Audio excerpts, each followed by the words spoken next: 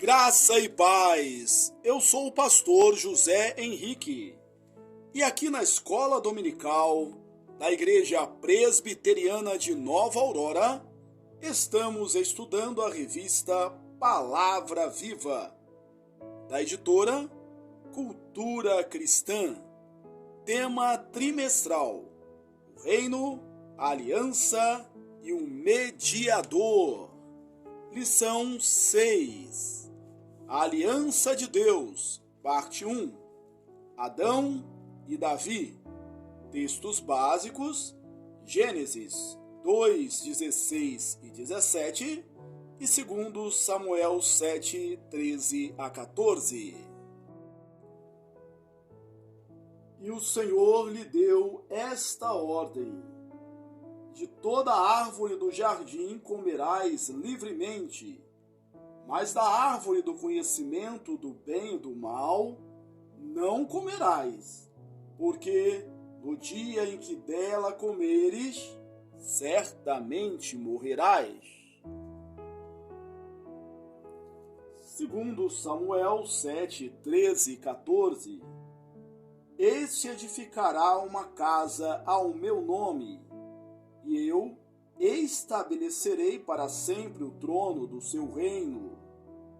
Eu lhe serei por pai, e ele me será por filho. Se vier a transgredir, castigá-lo-ei com varas de homens e com açoites de filhos de homens. Introdução. Até mesmo o cristão mais desatento sabe que a aliança é um dos grandes ensinos da Escritura. Os pastores pregam sobre ela várias vezes ao ano. Muitas lições de escola dominical discutem aspectos importantes da aliança bíblica e louvamos ao Senhor pelas bênçãos pactuais que recebemos como membros de seu povo pactual. Neste estudo, abordaremos a aliança de Deus com Adão e com Davi, e o modo prático e gracioso como elas foram cumpridas em Cristo, o Redentor e Rei. Tópico 1. A aliança com Adão. A. Aliança estabelecida. Deus, tendo terminado sua obra criadora, viu que tudo quanto fizera era muito bom. Gênesis 1, 31. O homem foi colocado pelo Criador como governante de toda a criação, e com ele foi feita uma aliança. E o Senhor Deus lhe deu esta ordem: de toda árvore do jardim comerás livremente, mas da árvore do conhecimento do bem e do mal não comerás, porque no dia em que dela comeres, certamente morrerás. Gênesis 2, 16 a 17. Observe que não há menção à palavra aliança nesse texto. Contudo, todos os elementos de uma aliança estão presentes nele. As partes que entram em aliança, Deus e Adão, a promessa da aliança, vida eterna, a condição da aliança, obediência, e o castigo no caso de aliança ser rompida, morte. A grande promessa da aliança é a vida eterna. Essa promessa pode ser vista claramente na ameaça de castigo, ao dizer que, no dia em que dela comeres, certamente morrerás. Deus está declarando que, se Adão não comer do fruto proibido, isto é, se cumprir a condição da aliança, ele não morrerá. Sua vida terá duração permanente e sua comunhão com o Criador não será interrompida pelo pecado. A condição para que o homem desfrutasse da promessa da aliança era a obediência. Se, por outro lado, Adão resolvesse seguir a direção de seu próprio critério de julgamento, seria digno de morte, que é o castigo da aliança. O sentido da palavra morrer, nesse texto, inclui a morte física, espiritual e eterna. A ideia bíblica fundamental de morte não é a extinção do ser, mas a separação do Senhor. Deus é a vida. B. Aliança rompida.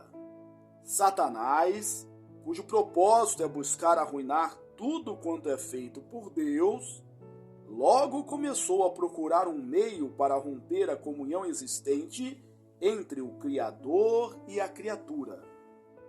O meio por ele encontrado foi tentar a mulher. Satanás conhecia a condição da aliança e viu no rompimento dessa condição a sua grande oportunidade de destruir toda a criação. Sua estratégia foi fazer com que o mal parecesse bem. A mulher comeu do fruto que Deus proibira, mas não viu o maravilhoso resultado prometido pela serpente. É natural que ela tenha pensado que as palavras da serpente não tinham se cumprido, porque Adão não tinha comido do fruto. Talvez, por isso, ela lhe tenha oferecido. Como consequência imediata do pecado, eles começaram a sentir vergonha de sua nudez. A noção de nudez foi apenas um sintoma do que realmente havia ocorrido. Adão recebera o castigo da aliança e agora estava espiritualmente morto. Oséias 6:7. A completa execução do castigo, morte física e eterna, não aconteceu imediatamente depois do pecado, porque Deus revelou sua graça, providenciando assim a restauração do pecador caído. O capítulo 3 é um capítulo muito rico. Ele narra o cometimento do primeiro pecado, 3:6, a tentativa fracassada de Adão em lidar com ele, fazendo a tanga de folhas, Gênesis 3:7, o rompimento de sua comunhão com Deus, evidenciado pelo medo que sentiu da aproximação divina, as consequências do pecado e a imensa graça do Senhor em anunciar a vinda do descendente da mulher que esmagará a cabeça da serpente. Gênesis 3:15. Esse descendente é Jesus. Tópico 2. A aliança com Davi. A. O reino davídico prometido. O texto fundamental da aliança com Davi é 2 Samuel 7:14. Nesse versículo, Deus diz que o descendente de Davi será designado como filho do próprio Deus. Eu lhe serei por pai, e ele me será por filho. Nós, que vivemos na nova aliança, e já vimos inúmeras vezes o Novo Testamento nos chamar de filhos de Deus, não ficamos surpresos com essa declaração.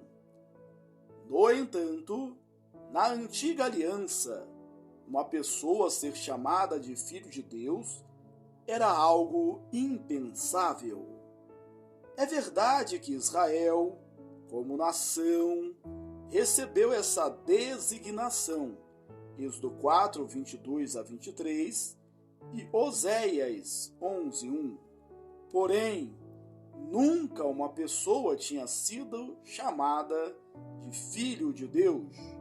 O descendente de Davi, surpreendentemente, é chamado de filho de Deus.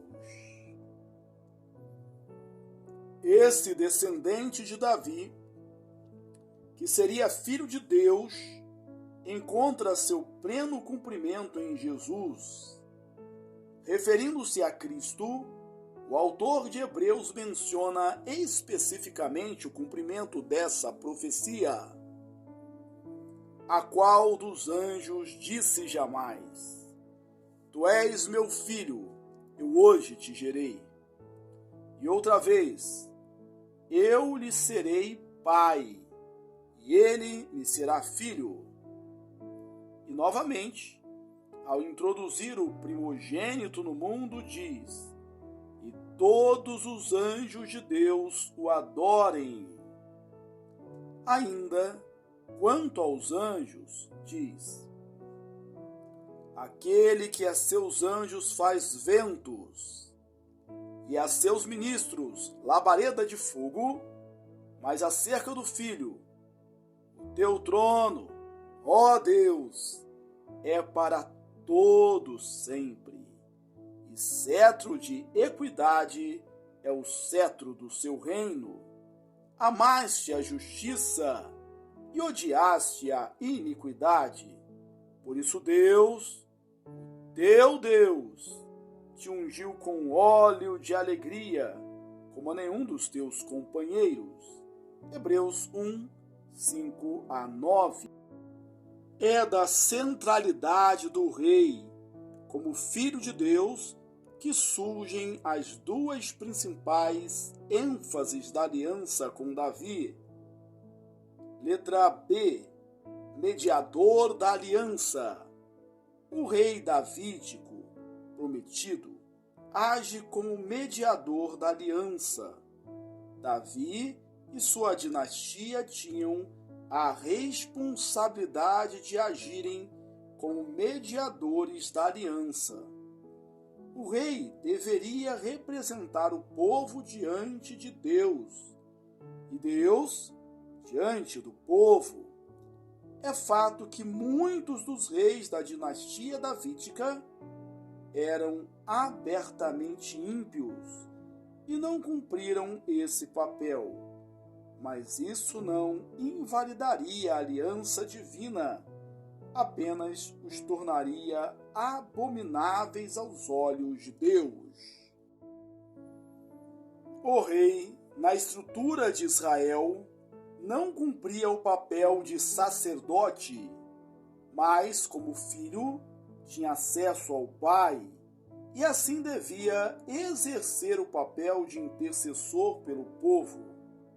Lembre-se, por exemplo, da oração de Salomão na consagração do templo, segundo Crônicas 6, 12 a 42, da oração de Ezequias, segundo Reis 19, 14 a 19, e das muitas orações de Davi registradas na Escritura, Salmo 4 a 10, bem como o de governo sobre o povo.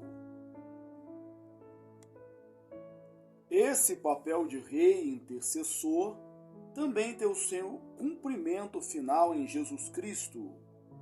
Seu papel como rei e sacerdote não é a segunda ordem de Levi, que era apenas sacerdote. Em vez disso, ele é um rei que é sacerdote segundo a ordem de Melquisedeque, que era rei de Salém, enquanto, ao mesmo tempo, agia como sacerdote compassivo. Hebreus 7, 1 a 19. C. Rei eterno. O governo do rei davídico prometido é eterno. Esse rei sacerdotal governa como filho sobre o povo de Deus para sempre. A casa, o reino e o trono de Davi estão estabelecidos para sempre, segundo Samuel 7, 3 e 16. Embora o cumprimento final da aliança de Deus com Davi não se referisse ao trono terreno de Davi, a fidelidade de Deus a essa promessa é vista na longa duração da dinastia davídica, que durou mais de 400 anos. No entanto, tendo em vista, segundo Samuel 7,13, e o fim da dinastia davídica no exílio babilônico, somos confrontados com a pergunta: como podemos explicar o fato de que a dinastia davídica foi interrompida e nunca mais foi reconduzida ao trono? A promessa falava de um trono eterno, mas Jerusalém foi destruída e a dinastia de Davi chegou ao fim. A ideia de para sempre, segundo Samuel 7,13, claramente implica que a monarquia davídica não teria fim.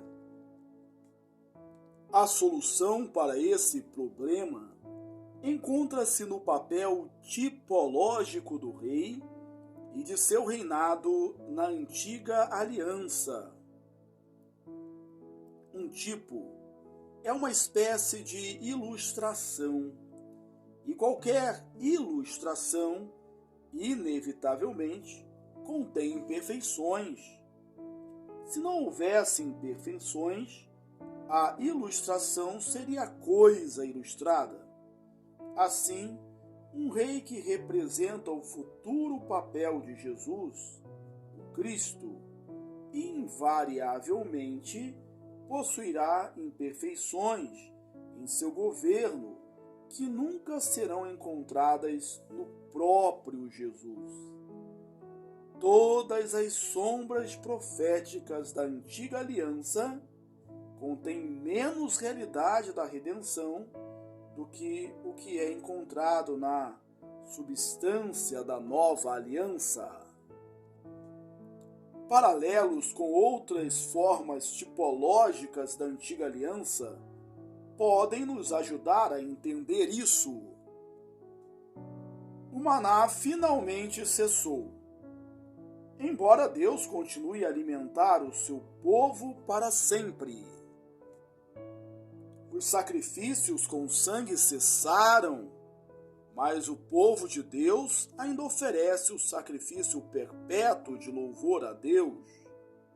Da mesma maneira, a linhagem davídica cessou, mas Cristo reinará para sempre como um descendente de Davi. Jesus Cristo, o Messias de Davi, agora se assenta no trono de Deus, que é o trono de Davi. Ele governa do céu, a mão direita de Deus. A promessa de um reino eterno sobre o descendente de Davi encontra seu cumprimento no governo de Cristo, a mão direita de Deus. Esse governo já começou. A promessa de que ele durará para sempre significa que o governo de Jesus nunca será interrompido, nem por um momento, nem por um instante. Conclusão: na criação, Deus estabeleceu com Adão, como representante da humanidade, uma aliança. Essa aliança foi violada pelo homem, mas graciosamente é sustentada por Deus. que prometeu a redenção por meio de um descendente da mulher, a saber, Jesus Cristo. No estabelecimento da monarquia davídica, mais uma vez vemos a graciosa aliança de Deus apontando para a vinda do Rei Eterno, cujo trono durará para sempre. O Rei cujo trono permanecerá para sempre e que governará sobre todo o povo de Deus é Jesus Cristo, o Messias. Jesus Cristo é o Rei prometido, que já reina à direita de Deus. Aplicação: Cristo é o Redentor que redime o ser humano e toda a criação do poder e da culpa do pecado. Apodere-se dessa redenção graciosa pela fé. Cristo reina hoje. Por mais estranhas e difíceis que sejam nossas circunstâncias presentes, Cristo está no seu trono. Creia nesse ensino da Escritura e seja consolado em suas lutas diárias, confiando na ação providencial e soberana do Senhor. Concluímos a leitura da lição 6, a Aliança de Deus, parte 1, Adão e Davi. Textos básicos, Gênesis 2, 16 e 17 e 2 Samuel 7, 13 a 14. Que bom que você chegou até aqui.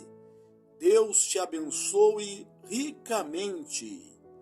Quero aproveitar esta oportunidade para convidá-lo a ler os meus livros. Você é o que você fala e você é o que você planeja. Um forte abraço e até a próxima, se Deus quiser.